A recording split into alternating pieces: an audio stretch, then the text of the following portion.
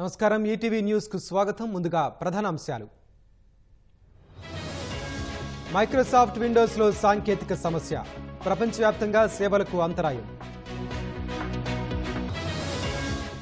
స్తంభించిన విమాన రైల్వే సర్వీసులు, బ్యాంకింగ్ ఆరోగ్య సేవలకు ఇబ్బందులు. బంగ్లాదేశ్లో ఆగని ఘర్షణలు, భారతీయులు సురక్షితమన్న విదేశాంగ శాఖ.